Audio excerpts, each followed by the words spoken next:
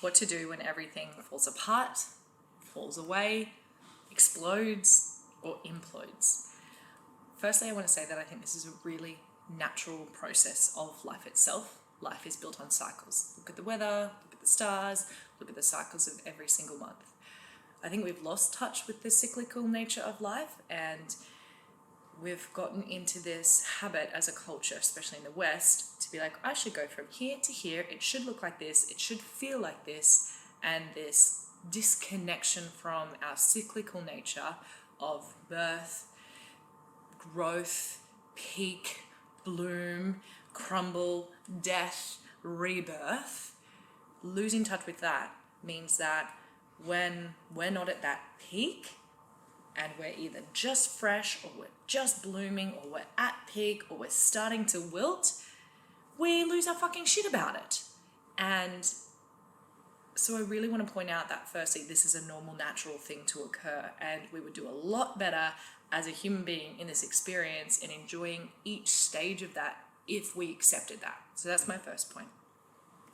My second is that I'm going to teach you in 4 really, they're simple, but they are masterful level, like black belt level steps in order to be able to get yourself into a state of being where not only you can begin to heal in a really natural way from whatever is unfolding, because any process of crumbling, there comes grief, there comes what's, cracking you open, there comes what was inside of the titanium walls around your heart.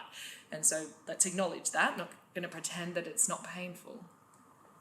But that in essence, there is such power in the humility of this process of admitting to ourselves as human beings, well, yes, we co-create with life, sure. And where we can respond when we are present, and that's our most powerful state to respond from, is that presence, is that we're not in control, and we're in control of our choices for how we respond. But really, when something is crumbling, if we don't get into what one of my teachers, Kendra Kunov, says, she calls it right relationship with life, which is actually taking in everything that's happening, like really being honest about limitations, about pain, about the situation, and actually getting to a place of acceptance of this is how it is. Like, this is how I feel. This is the reality of the situation. It could be anything. Like, this is how much the market costs right now. So it's the reality of what my house is, the house that I wanted to buy is now costing. This, maybe some news from your partner that you didn't expect, that you felt blindsided by, instead of, agonizing and suffering in that you had no idea. If you actually accept what is here, the state of the world, the things that are changing. And I don't mean accept as in like bend over and take it, and don't stick to your values and don't take ownership of your life. That's not what I'm saying. I'm saying, but if you can get into a right relationship with going, okay, this is how things are, that state of acceptance, it opens you to be able to then go into the 4 steps that I'm going to kind of walk you through here. So honoring the cyclical nature of life, getting into a state of acceptance of what is right here, like kind of taking an inventory of all that you feel, of all that's going on, getting honest about that, and just, okay, here's how it is, right? Not to toughen up and push through, but just here, like a relaxed state of acceptance. And so these next 4 stages, there's a man called John Wellwood, and he is an incredible teacher, and he's written incredible books on bypassing, and he's a psychotherapist on spiritual bypassing itself, love and relationships. He's an amazing author, and I learnt these 4 steps from him, 10 years ago or something. So I just want to credit him in that. And I have my own variation and spin, as we all do as teachers on things. But these 4 steps are so simple, and they're profound, and each of them could be broken down a million times, but I'm going to give them to you. The first one is acknowledgement, which is a different way of saying getting in right relationship, but actually just acknowledging. And I want to caveat here that this is about what you're feeling, okay? So acknowledging what's going on inside of you, what thoughts are going on, maybe being a little bit more objective is powerful as well. Sitting back and being able to, whoa, my mind's telling me this, or I'm telling myself this story, all of these different feelings, or none at all, or numbness. But acknowledgement is the first one. Just acknowledging. You can put pen to paper, write it down if you want to, or simply sit for half an hour in a conscious practice of acknowledging what is coming up for you. 10 minutes, 2 minutes if you want to, but giving yourself space is powerful. Number 2 is allowing. And when I guide people through like regression processes or, trauma and kind of soul retrievals and things like this, it doesn't matter, they're a variety of the same thing called different names.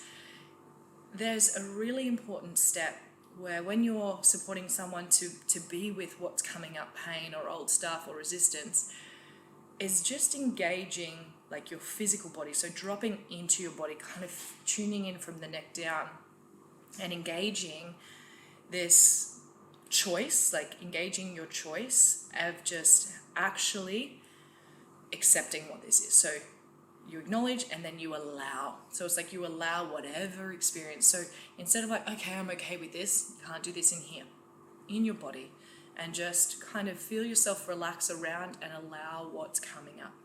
Step number 3 is opening. So opening, different to allowing. Allowing is you have in your body, like accepted that that's what's here. But the opening you can do with your breath. So if you can relax your shoulders down, relax your belly, again, drop down into the body and open to it. And it might feel like the intensity of the emotion or the sensation like increases, but what you're doing is you're allowing yourself to meet it. You're having the courage to open to it. You might have more, noise might come out. You might want to move your body. Tears might flow. Perfect, good, beautiful. You're emptying out, like let it come through. And then when you're open in that sense, enter. So we tend to think, okay, that's done. That's really intense. I've moved, it's moving through me. That next step of courage of allowing yourself to not collapse in, but enter into the center of the energy. It's almost like an exploration. And if you're willing to do this, acknowledgement, allow, and open, and then enter, the knots inside of you of emotion and tension and contraction, they will actually unwind and allow themselves to unfold and sort themselves out. So you're not here to fix this or change this. You're not doing this to get away from the feeling. You're actually allowing yourself to enter back into the normal cyclical process within yourself of opening yourself back up to it, acknowledging it, being with it, and then entering into it. And just that entering, you might feel the energy and the emotions change and shift in your body. And you will also notice that as that energy moves, so will your perspective, because our feelings cloud our mind and our judgment and create a lot of story. So you'll notice that the story will settle. When you've done these 4 steps, my third point that I really want you to hear is that once you've done that, you are in such a powerful state because you've taken back the ownership of what you can do and how you can respond to what's going on in your world, but most of all within you, because that's self-governance. Like that's the choice that we always have. That's self-leadership. That's power. That's allowing. That's flow. That's really working with both the masculine and feminine energies within us. And it puts you in a state where you can not only see more clearly, but will give you the opportunity to sit back and discern, do I actually need to do anything? Can I actually let this unfold? And if you need to, you can make plans, make new choices, take action if you want to, if that's what's necessary. But being willing to do this first means that you're in a state of response where you're clear in deciding of what the next right action is for you. Just the next step, not all of the steps. Don't bother playing chess, just the next right action. And it puts you in that powerful place of being back in charge of your life and opens you to different perspectives that will give you better, more aligned solutions to actually where you want to go and move to, rather than trying to just get away from this situation.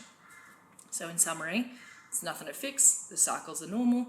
Number 2, allowing, like getting in right relationship and accepting what is a powerful state. Doing those 4 steps of acknowledging, allowing, opening, and entering. And then from there, since you've shifted your energy, then you can action from an aligned, clear, powerful place.